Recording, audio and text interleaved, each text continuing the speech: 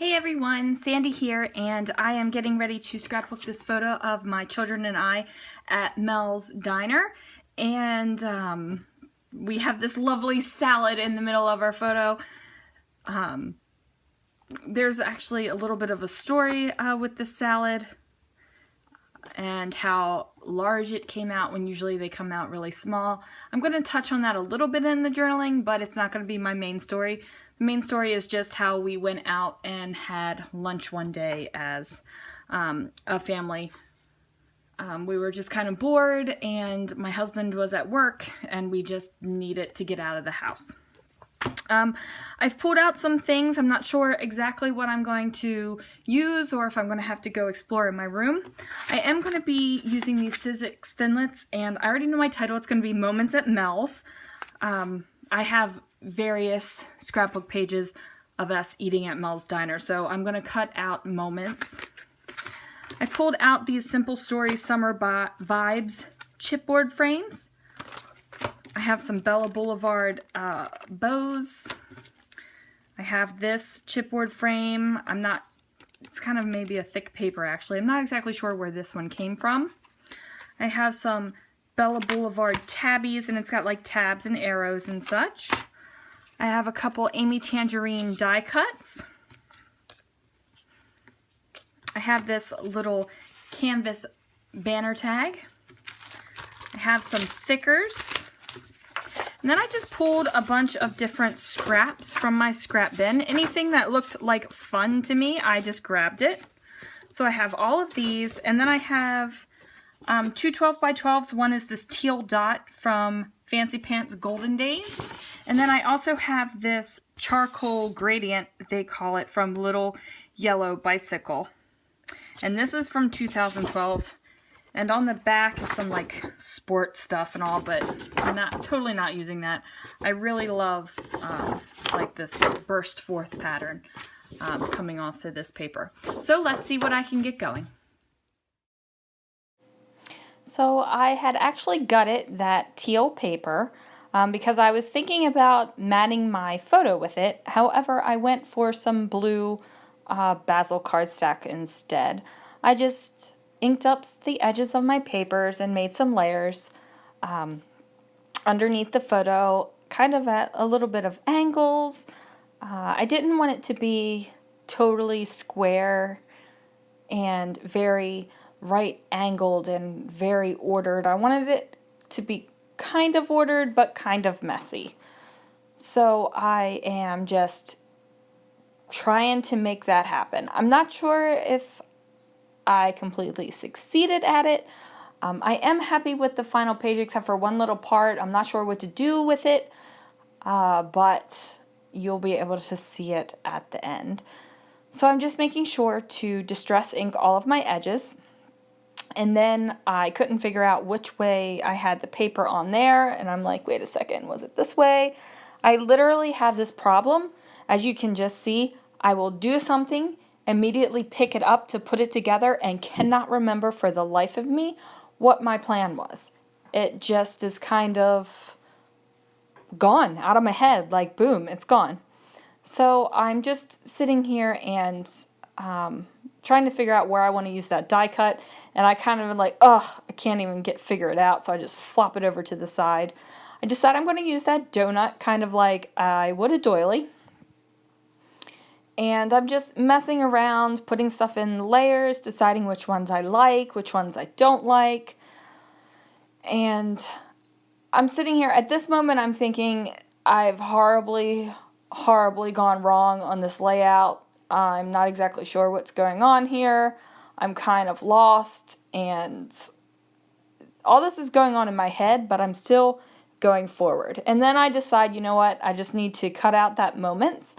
So I realize that my Sizzix machine has the handle facing the wrong way, so I can't reach over and crank that sucker. But I get it cranked out, and I really love these Thinlits dies. Will cut through fun foam that you can get at Michael's. This is the foam I purchased there. And the good thing about the foam is that the letters can kind of stretch a little bit, and you could maybe put them at an angle or put them curved. It isn't so rigid and structured with paper. I decide that I want those two Amy Tangerine die cuts up at the top. It's kind of like blending in that darker circle. So while I'm figuring out which die cuts I want to use, I'm thinking to myself, I'm going to emboss these suckers. It's one of my favorite things to do is to take die cuts or pieces of paper or whatever it is and emboss it. It gives it just a little bit of shine and a different texture on the page. So I'm just figuring that out, and I stopped a moment, and now I'm just showing you that I embossed all of those. So I bring back my photo, and do you see the frame and that polka dot paper right there? Where that polka dot paper is cutting through that frame, that's the part I'm not sure about. I feel like I should do something to it, and I'm not exactly sure what, so I decided to draw attention to it a little bit more by putting that feathered die cut in there. At first I wasn't going to distress ink the edges of that donut because I was like, it's a donut. Do I really want a distressy looking donut? But I figured it was so stark white and everything else has this distress inky feel to it that I might as well just make that happen. So I overlapped those two little hearts that I had embossed with clear embossing powder. And I make sure to, and that was my head hitting the camera again, and I make sure to put that heart just over the edge of the black paper because I have other parts of my page going over the black paper. So I wanted it kind of like to have the same feel, not like everything was inside the box. Everything kind of went whoop right on outside that box. So I'm sitting here messing with that little canvas tag, and it is stark white. And I like it, and I'm not exactly sure what I'm going to do with it. So I decided to skip it, and then I put that feather over there. And it does definitely draw your eye to that area where there's like this hunk missing from inside that frame. But I still don't know what to do with it. And I go from having my title be Moments at Mel's to Happy Moments at Mel's because I really liked that blue die cut. And I wanted to pull that in, and I didn't want the word happy somewhere else on the page. It's just, happy is one of those words in scrapbooking, kind of like hello and fun and those kind of words where I like them on my pages. I'm totally cool with them being on my pages. I think they're great words, but I don't want them just to be that word on my page. I want it to be incorporated into something else. So it turns in to be Happy Moments at Mel's. And I'm cool with that title. It works for me.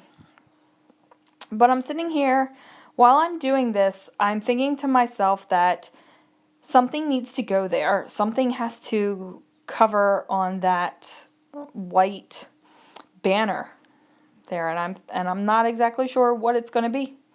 I haven't figured that out yet.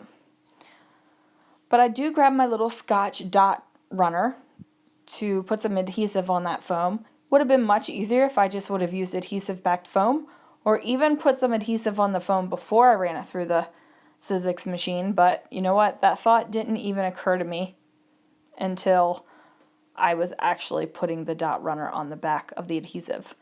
And I'm not exactly sure where I've gone. I'm definitely gone. And I come back. Oh, I grabbed some of these little die cut pieces, and I'm trying to figure out what's going to go where. I really want to make this pink bow happen on the page, but you know what? I eventually pull the bow off of the paper clip because I was going to put the bow on later by itself without the clip, and I don't believe I ever put that bow back on that page. I wonder if it fell off the table. I gotta go find that bow. Okay, so the bow's just sitting there, and it's not going to stay there. It's totally not. The first time I ran off, I went to go find word stickers or letter stickers so I could make that at, the word at, not the at sign. So here I am. I bust into that Bella Boulevard tabs die cut pack, and I'm just adding a little bit of this yellow onto the page because it's peeking out of that feather, and it's kind of the only place that yellow is. And I'm thinking I need to make it, you know, show up some other places on the page besides that one little feather. So I cut that little tab in half and I ink the edges, and I get it up there in the corner. And it kind of just nestles right into that Love This Life transparency. And then I find this little white tab and I'm like, oh, this has got to go somewhere on this page because I love it. And I decided to put it up there on the frame, and then that just really shows that gap between the donut and the frame, and I'm like, it's definitely missing something. So I'm going to have to figure out what to do there. But I keep going. I'm all over this page. I decide to use that little arrow on the hearts. And then I think, yep, that's going to go up there. It's where I'm going to journal a little bit. And I had this whole thing in my head of journaling and all these words I wanted to say about it. And you know what? I just don't say them. I do like a line or two eventually. I actually forget about the journaling until after I do the sprinkles at the end. So, I mean, stuff happens. Pages don't go exactly the way you think they're going to go. I thought that this was going to be a very minimal page with, and you know what? Somebody might look at this and think this is a minimal page, but minimal page for me, where it was just the photo and a couple layers in the corner here and maybe something at the top and the title. Like my title was going to be mostly on the photo. Like I was thinking it was really just going to be a little rectangle on the page and that was going to be it. Didn't turn out that way though. So I pull out these little not gold, that is not gold. These little mint green stars from Freckled Fawn, and I just sprinkle them around the page. And usually when I put sequins or little gems or anything, I usually have them overlap and they're on like where papers and such meet. This time I didn't do that. I just kind of threw them around and just went with it. And I'm pleased with how it goes. So I had turned off the camera because I went around my room just looking into everything I could find to see what I wanted to do. So I found this mint Heidi Swap Color Shine, and I actually just got this Color Shine today. It was in the clearance aisle at Michael's, so it was $2, and I can't pass up $2 Color Shine, especially if I don't have the color.